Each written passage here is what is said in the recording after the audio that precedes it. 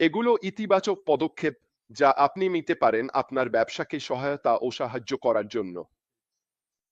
আপনি এই পদক্ষেপগুলো গ্রহণ করবেন কিনা সেটা সম্পূর্ণ আপনার ওপর নির্ভর করে।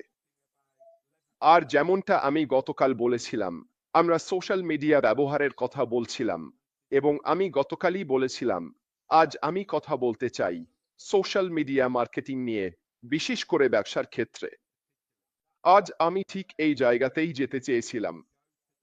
এটাই আমি আলোচনা করতে চাই এবং আমি সত্যিই বিশ্বাস করি এটা বোঝা আপনার জন্য খুবই গুরুত্বপূর্ণ যে এতে কি কি জড়িত আছে। তাহলে চলুন শুরু করি। সোশ্যাল মিডিয়া মার্কেটিং মানে হচ্ছে ফেসবুক, ইনস্টাগ্রাম, এক্স, লিঙ্কডইন এবং অন্যান্য প্ল্যাটফর্ম ব্যবহার করে আপনার ব্র্যান্ড বা ব্যবসাকে প্রচার করা, গ্রাহকদের সঙ্গে যোগাযোগ বাড়ানো এবং আপনার ব্যবসার লক্ষ্য অর্জন করা।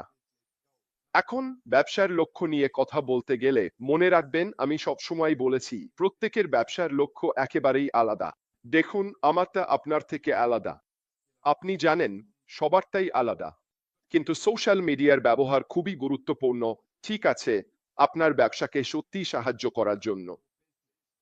এটা ডিজিটাল মার্কেটিং এর একটি মূল উপাদান যা ব্যবসাগুলোকে ব্র্যান্ড সচেতনতা গড়ে তুলতে, আপনার বিক্রি বাড়াতে, ওয়েবসাইটে ট্রাফিক আনতে এবং শক্তিশালী অনলাইন উপস্থিতি তৈরি করতে সাহায্য করে।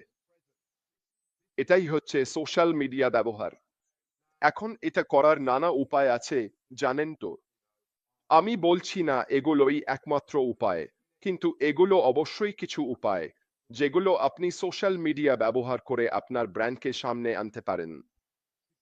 আর আপনার ব্র্যান্ড কি?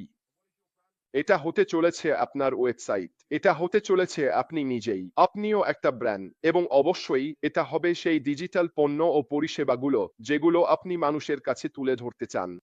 এইসব কিছুই এতটাই গুরুত্বপূর্ণ যাতে আপনি বুঝতে পারেন এবং জানেন এগুলো কিভাবে কাজ করে।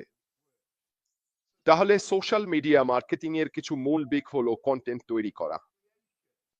ব্যবসা গড়ে তোলার জন্য প্রাসঙ্গিক কন্টেন্ট, যার মধ্যে ছবি, ভিডিও এবং টেক্সট অন্তর্ভুক্ত, তৈরি করা হয় যাতে তা তাদের দর্শকদের সঙ্গে সংযোগ স্থাপন করতে পারে। আমি তো আগেও এ নিয়ে কথা বলেছি, তাই না? এই পর্যায়ে আসার আগে এটা কতটা গুরুত্বপূর্ণ সেটা আমি বলেছি। আপনাকে জানতে হবে কোন বিষয়গুলো আপনার দর্শকদের সঙ্গে সংযোগ ঘটাবে, আর সেটা আপনি কিভাবে জানবেন। এটাই আমি আপনাদের শিখিয়েছি, কিভাবে আপনার গ্রাহকের কাছ থেকে সেই ডেটা ও তথ্য সংগ্রহ করবেন। তার আগে আপনি ওয়েবসাইট লিখবেন বা আপনার পণ্য, পরিষেবা বা ব্যবসা নিয়ে কোনো পেজ লিখবেন, যাতে আপনি এমন শব্দ ব্যবহার করেন যা সত্যি আপনার লক্ষ্য অর্জনের সঙ্গে সম্পর্কিত। তাই আকর্ষণীয় এবং প্রাসঙ্গিক কন্টেন্ট তৈরি করা অত্যন্ত গুরুত্বপূর্ণ। সেখানে ছবি বা ভিডিও যোগ করা, সব টেক্সট যা আসলে সেই লক্ষ্য শ্রোতার সঙ্গে সংযোগ স্থাপন করে যাদের কাছে আপনি আপনার বার্তা পৌঁছে দিতে চাইছেন। এছাড়াও কমিউনিটি গড়ে তোলা। এটা কি? এটি হলো সোশ্যাল মিডিয়া প্ল্যাটফর্ম যা কোনো ব্র্যান্ডকে ঘিরে একটি কমিউনিটি গড়ে তোলার সুযোগ দেয়। এতে অংশগ্রহণ ও আনুগত্য বাড়ে। আপনি কিভাবে সেগুলো খুঁজে পাবেন? গুগলে যান, ঠিক আছে, ধরুন আপনার ব্যবসার পণ্য লিখুন। আপনার পণ্য ও পরিষেবার সঙ্গে সম্পর্কিত বা সংযুক্ত পেজ খুঁজে বের করার চেষ্টা করুন। সেই গ্রুপগুলোর মানুষের সঙ্গে যুক্ত হন। সেই গ্রুপগুলোতে যোগ দিন। বিভিন্ন বিষয়ে মন্তব্য করা শুরু করুন। মানুষকে আপনার সঙ্গে যুক্ত হতে উৎসাহিত করুন। আমি এখানে বলছি না যে সেখানে গিয়ে আপনার লিংক দিয়ে চ্যাট স্প্যাম করবেন। এভাবে করা উচিত নয়। এভাবে করলে আপনার ক্লায়েন্টের সঙ্গে বিশ্বাসযোগ্য সম্পর্ক তৈরি হয় না। তবে অবশ্যই চ্যাটে কেউ যদি কোনো প্রশ্ন করে তার উত্তর দিলে ধীরে ধীরে সেই বন্ধন ও বিশ্বাস তৈরি হয় যা আপনি মানুষের সঙ্গে গড়ে তুলতে চান। আপনি যখন একদম নতুন কিছু গড়ে তুলতে যাচ্ছেন, তখন এই ধরনের কাজগুলো পেছনে পেছনে করা খুবই গুরুত্বপূর্ণ। এছাড়াও লক্ষ্যভিত্তিক বিজ্ঞাপন, সোশ্যাল মিডিয়াতে এটা খুবই গুরুত্বপূর্ণ। এই প্ল্যাটফর্মগুলো এমন বিজ্ঞাপন টুল দেয় যার মাধ্যমে ব্যবসাগুলো নির্দিষ্ট ডেমোগ্রাফিক ও আগ্রহের মানুষের কাছে পৌঁছাতে পারে, ফলে তাদের বাজারে পৌঁছানোর সুযোগ বাড়ে। আমি আগে মানে আনপ্যাসেভের আগেও ফেসবুক আর ইনস্টাগ্রামে বিজ্ঞাপন দিয়েছি। এটা জটিল। আমি 6 বছর ধরে এটা করিনি। এখন হয়তো অনেক ভালো হয়েছে, আমি জানি না। কিন্তু অবশ্যই আগের দিনে আপনাকে আবারও নির্দিষ্ট হতে হতো। আপনাকে জানতে হতো আপনার বিজ্ঞাপন কোথায় যাবে, কোন দেশ, কোন সময়, কোন বয়সের গ্রুপ, কোন ডেমোগ্রাফিক বা তারা কি অর্জন করতে চাইছে এবং আপনি কি করছেন। এইসব কিছুই খুব গুরুত্বপূর্ণ করে তোলে যাতে আপনি সেই নির্দিষ্ট ক্ষেত্রটা খুঁজে পান যেটা আপনার পণ্য কেনার সম্ভাবনা বেশি এমন দর্শকদের কাছে পৌঁছাতে সাহায্য করবে। ঠিক আছে, আপনি যদি এটা করতে পারেন তাহলে আপনার বিক্রি হওয়ার সম্ভাবনা অনেক বেশি। অবশ্যই এর একটা খরচ আছে। ঠিক আছে, সোশ্যাল মিডিয়াতে লক্ষ্যভিত্তিক বিজ্ঞাপনেরও খরচ আছে। তাই আপনাকে বুঝতে হবে এটা আপনার জন্য লাভজনক কিনা। এটা সম্পূর্ণ আপনার ওপর নির্ভর করে, কিন্তু আপনাকে অবশ্যই আপনার বিজ্ঞাপনের সব বিশ্লেষণী তথ্য নিতে হবে যাতে বুঝতে পারেন বিজ্ঞাপনে বিনিয়োগের রিটার্ন রয় আদৌ আপনার জন্য লাভজনক কিনা। ঠিক আছে, অর্থাৎ রিটার্ন অন ইনভেস্টমেন্ট। বিজ্ঞাপন দেবেন কি দেবেন না সেটা এই বিশ্লেষণ দেখে ঠিক করবেন। সোশ্যাল মিডিয়া প্ল্যাটফর্মগুলো থেকেই আপনি এই বিশ্লেষণী তথ্য পাবেন। ওখান থেকে জানতে পারবেন কতজন ক্লিক করেছে, তাদের বয়স কত, আর এ ধরনের আরো অনেক তথ্য। এরপর আপনি আপনার বিজ্ঞাপনকে আরো সূক্ষ্মভাবে সাজাতে পারবেন যাতে আপনি ঠিক যেটা অর্জন করতে চাইছেন সেটার দিকে আরো নির্দিষ্টভাবে এগোতে পারেন। তথ্য না, তথ্য আনা, বিশ্লেষণ, এটাই তো আমি এখানে বলছি। মূল ম্যাট্রিক্স ট্র্যাক করা, তথ্য বিশ্লেষণ করা, এগুলো ব্যবসাকে তাদের কৌশল আরো নিখুঁত করতে এবং ফলাফল আরো ভালো করতে সাহায্য করে। ঠিক এটাই তো আমি এতক্ষণ ধরে বলছিলাম। তাহলে আসলে সোশ্যাল মিডিয়া মার্কেটিং এর উপকারিতা কি কি? এটি আপনার ব্র্যান্ড সচেতনতা বাড়াতে সাহায্য করে। সোশ্যাল মিডিয়া ব্র্যান্ডের দৃশ্যমানতা উল্লেখযোগ্যভাবে বাড়াতে পারে এবং আরো বিস্তৃত দর্শকের কাছে পৌঁছাতে পারে। আপনাকে শুধু টিকটক, ইনস্টাগ্রাম, ফেসবুকের রিলস, এক্স এমন আরো অনেক মাধ্যমের দিকে তাকালেই হবে। কোনো কিছু যদি একটু ভাইরাল হতে শুরু করে তাহলে আপনার ব্যবসার ওপর প্রচুর মানুষের নজর পড়বে। এটাই তো আপনি চাইছেন। আপনি চাইছেন মানুষ যেন আপনার শেয়ার করা বিষয়বস্তু অন্যদের সঙ্গে ভাগ করে নেয়। তাই আপনাকে একটু ভিন্নভাবে ভাবতে হবে। আপনি যা অর্জন করতে চাইছেন সেটা যেন অন্যদের থেকে আলাদা হয়, ঠিক তো? এটাই মানুষের কল্পনাশক্তিকে আকর্ষণ করে। এ কারণেই তারা এগুলো শেয়ার করে, কারণ এটা সত্যিই তাদের কল্পনাকে ছুঁয়ে যায়, আর এটাই আপনি অর্জন করতে চাইছেন। এবং এটা এমন কিছু যা নিয়ে আপনি এখনই ভাবতে শুরু করতে পারেন। আপনি কিভাবে ব্র্যান্ড সচেতনতা তৈরি করবেন। গ্রাহক সম্পৃক্ততা ব্যবসাগুলোর জন্য গ্রাহকদের সঙ্গে সংযোগ স্থাপন, তাদের চাহিদা বোঝা এবং সেই সম্পর্ক গড়ে তোলার দারুণ উপায় যা আপনার ব্যবসার বিক্রিতে সহায়তা করবে। সোশ্যাল মিডিয়ার মাধ্যমে ওয়েবসাইটে ট্রাফিক আনা সম্ভব, যা বিক্রির সুযোগ তৈরি করে দেয়। দিনের শেষে আমরা আসলে এটাতেই চাই। গ্রাহক সেবা, এটাকেও অত্যন্ত গুরুত্বের সঙ্গে নেওয়া উচিত।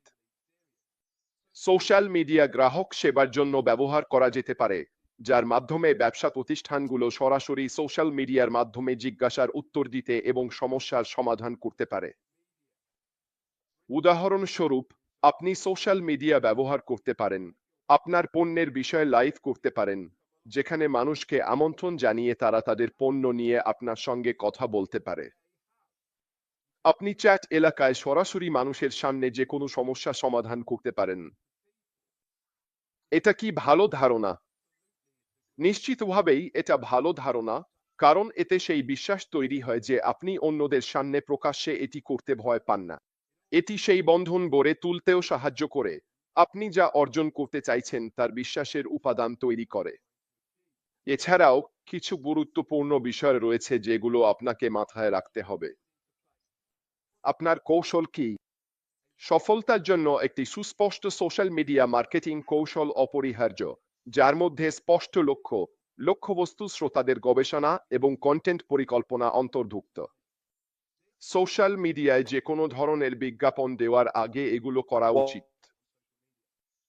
কন্টেন্টের মানও যে কোনো কিছুর আগে নিশ্চিত করা উচিত। এটি মানে উচ্চমানের কন্টেন্ট তৈরি করা।